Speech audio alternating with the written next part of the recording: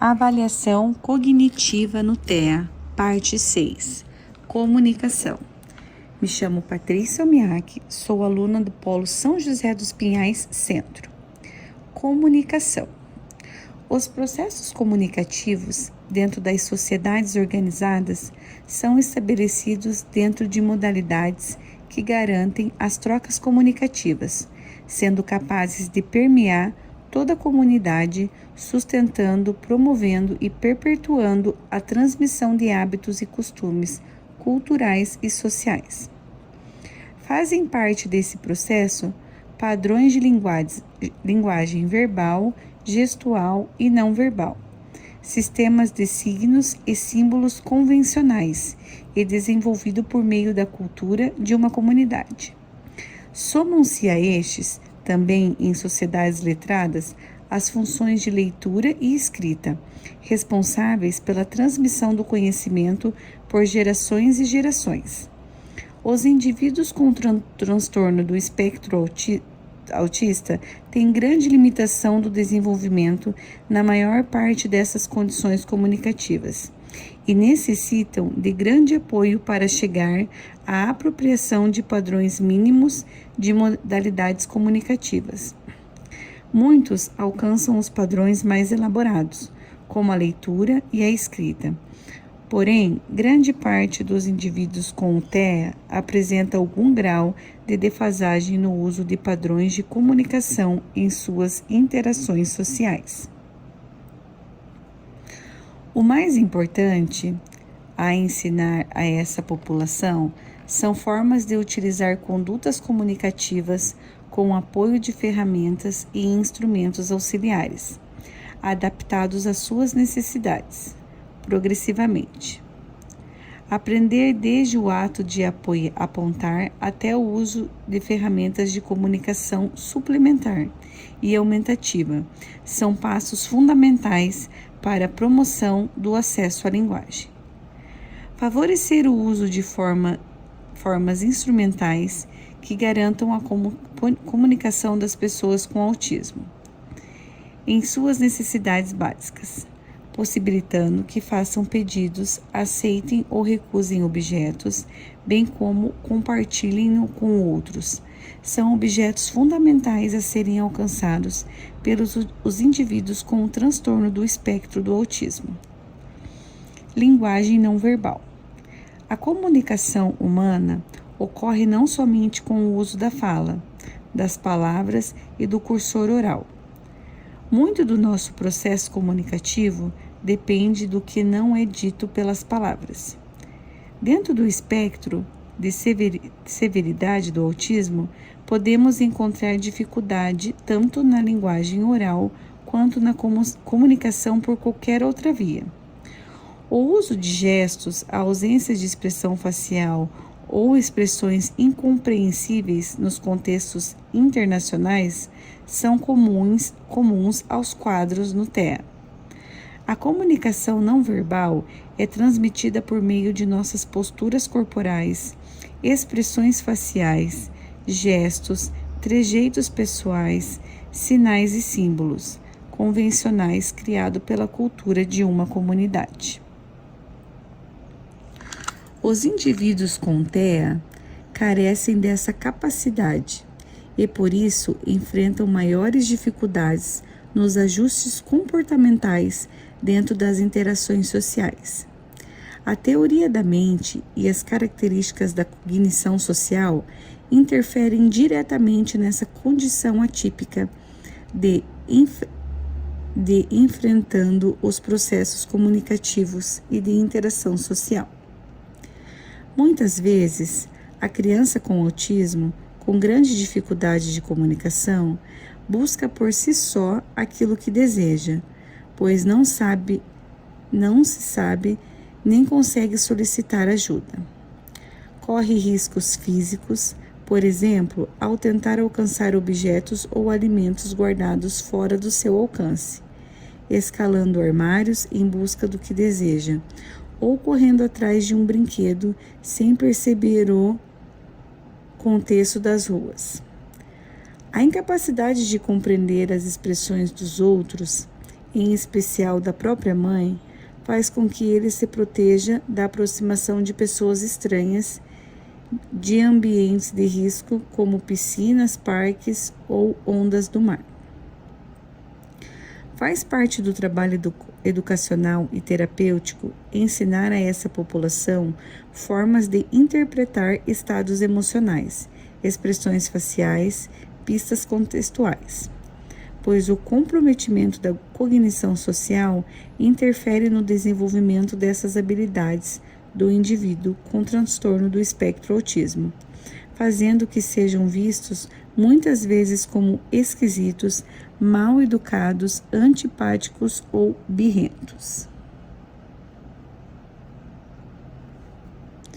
Comportamentos com função comunicativa.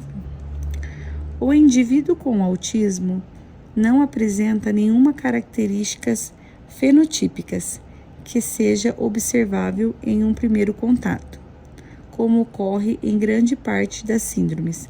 Por exemplo, uma criança com síndrome de Down não necessita justificar seus comportamentos ou dificuldades diante da comunidade, pois já se conhece, até mesmo por sessões não ligadas à área da educação especial, as características físicas que fazem parte dessa alteração genética. Frequentemente, são as alterações de comportamento que denunciam a condição do transtorno autista. Os movimentos repetitivos, estereotipados, a falta de contato visual, a ausência da empatia são vistos como condições estranhas dentro do convívio social. Maior estranheza ainda é causada ao se presenciar crises de birra, destruturação do comportamento por alterações sensoriais exacerbadas, reações à alteração de rotina e não cumprimento de acordos prévios. A falta de previsibilidade nas rotinas diárias também gera alterações no comportamento, com picos de ansiedade que provocam comportamentos disruptivos. Observa-se que a dificuldade comunicativas e a ocorrência de comportamentos alterados e acerbados existe uma relação direta, em que se reconhece nos comportamentos apresentados intenções comunicativas veladas. A impossibilidade em comunicar-se verbalmente ou mesmo com o uso de gestos que garantam a transmissão de desejos e necessidade provoca o aumento no grau de ansiedade, gerando alterações no comportamento. Quando assistimos a uma mãe ou um pai tentando acalmar uma criança dentro de um mercado ou uma loja de brinquedos, por exemplo, nos causa certo constrangimento, mas ao mesmo tempo um sentimento de solidariedade. Na mesma situação, quando ocorre com uma criança mais velha, por um motivo aparentemente sem necessidade, cuja relação foge ao controle dos pais, muitas vezes o objeto de desejo da criança lhe é dado para que cesse o comportamento indesejado. Com a repetição dessa sequência em outros contextos e ambientes, a criança acaba aprendendo que fazer birra é uma forma mais rápida de conseguir a atenção dos adultos e ganhar o que quer. Interpretar esse comportamento inapropriado como padrões, como funções comunicativas, faz parte do papel do interlocutor, linguisticamente mais experiente e poder contribuir para a estruturação de uma forma de expressão adaptada aos padrões socialmente aceitos. Comportamentos disruptivos, agressivos, autolesivos podem ser substituídos por comportamentos sociais aceitos. Para isso, são propostos trabalhos dentro do âmbito da educação e dos atendimentos clínicos terapêuticos, que por esses comportamentos sociais indesejados sejam transformados em comportamentos com funções comunicativas, reconhecida como tal dentro dos contextos sociais.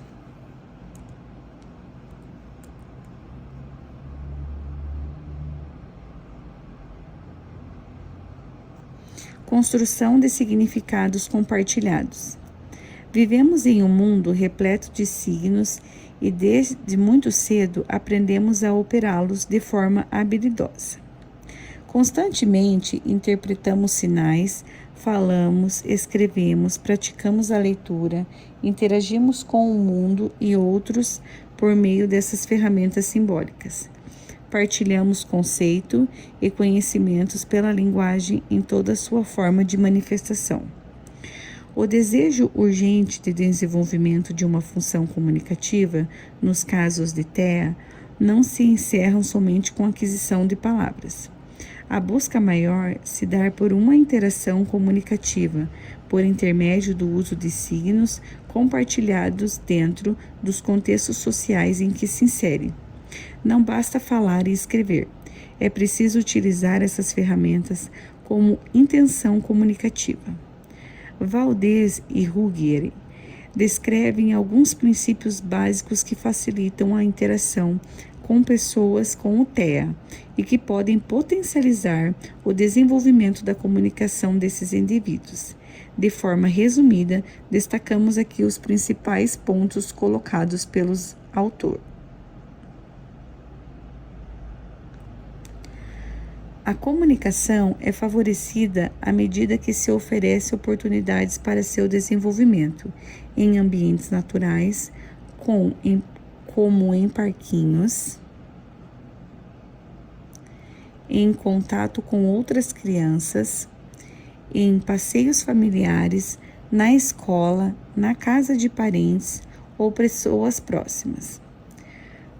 Propor intervenções que contemplem as características individuais das crianças, seus interesses, suas preferências, a ser flexível à mudança sempre que necessário. Proporcionar sempre materiais, jogos e objetos interessantes e diferentes para a criança. A motivação é uma condição facilitadora para qualquer aprendizado. Responder sempre às tentativas de comunicação, mesmo que se ocorram de forma peculiares. Aos poucos, buscar transformar padrões atípicos em esquemas funcionais. Fundamental a parceria com as famílias para o desenvolvimento da linguagem e da comunicação. Devemos ter em mente que o mais importante que o diagnóstico é a definição de comorbidades e outras questões médicas gerais. É preciso buscar a aproximação e o contato com indivíduos, inserindo-os em contextos sociais por meio de linguagem. As formas para se alcançar essa interação carecem muitas vezes de ferramentas auxiliares, mas a participação de todos, pais, familiares, professores, profissionais e amigos, é fundamental. Comunicação suplementar e alternativa, CSA. Existe uma diferenciação importante dos termos que se referem à comunicação suplementar. A alternativa e aumentativa que devem ficar claros para o início do estudo desse tema. Comunicação suplementar e aumentativa é o uso de qualquer método, sistema ou dispositivo com a intenção de contemplar uma fala comprometida, possibilitando uma interação comunicativa da forma mais natural possível. Comunicação alternativa entra em substituição a um padrão de fala que não se desenvolveu. Também é representado por métodos, podendo ser caráter temporário ou permanente. O princípio da utilização dessas formas de comunicação busca reduzir o isolamento do indivíduo, assim como diminuir a ansiedade durante a interação comunicativa, tanto para o falante como para o seu interlocutor. São mecanismos utilizados não somente por indivíduos com TEA, mas por todos aqueles que sofrem a dificuldade de fala. Quadros de afasia, paralisia cerebral, encefalopatias crônicas, mutismo seletivo, todos podem beneficiar-se com o uso da comunicação suplementar e alternativa. É comum verificarmos na prática com CSA uma resistência tanto por parte das famílias como de profissionais pela introdução desses sistemas, por acreditarem que a substituição da fala por outras formas de comunicação acabaria por inibir definitivamente o seu desenvolvimento. Porém, vários estudos comprovam o contrário. Descreve que 23 pesquisas realizadas entre os anos de 1975 a 2003, autores concluíram que o CSA é altamente efetiva, aumentando a produção da fala em até 89% dos casos analisados. Alguns pontos importantes sobre a maneira como a comunicação alternativa pode contribuir para aumentar as chances de uma pessoa desenvolver as habilidades da fala são descritos. Quando é feita uma tentativa de fala isolada, geralmente há um aumento de tensão e esse fator diminui as chances de que a fala se torne compreensível, gerando frustração a todos envolvidos na interação. Quando o indivíduo faz sua tentativa de fala e ao mesmo tempo mostra uma figura como apoio, essa garantia de entendimento por parte do outro alivia a tensão e promove a efetivação do objetivo inicial com sucesso. Os candidatos ao uso de recursos auxiliares de comunicação já experimentam fracassos comunicativos, com um atraso em seu padrão de fala. Assim, manter essa condição exclusivamente para se guardar as manifestações de fala condena o indivíduo a um maior isolamento social e ao aumento de defasagem no desenvolvimento da linguagem. Quando a fala assume características funcionais, as habilidades comunicativas adquiridas com o uso da comunicação alternativas são diretamente transferidas e o uso dos recursos auxiliares de fala são pouco a pouco reduzidos, em muitos casos abandonados. Indivíduos com o transtorno do espectro do autismo apresentam alterações complexas em seu padrão comunicativo e muitos deles necessitam do auxílio do CSA para desenvolver seu potencial de comunicação de maneira funcional. Em alguns casos, é necessário trabalhar as questões de comportamento antes de se introduzir um sistema de comunicação, mas a necessidade disso é indiscutível. Dados relevantes em entrevista com as famílias podem auxiliar na determinação de quando e quais formas de comunicação podem ser introduzidas. Esses dados podem contribuir para a necessidade de desenvolver habilidades pré-comunicativas antes de introduzir um método de comunicação alternativa, contato visual, aproximação, atenção compartilhada e intenção comunicativa.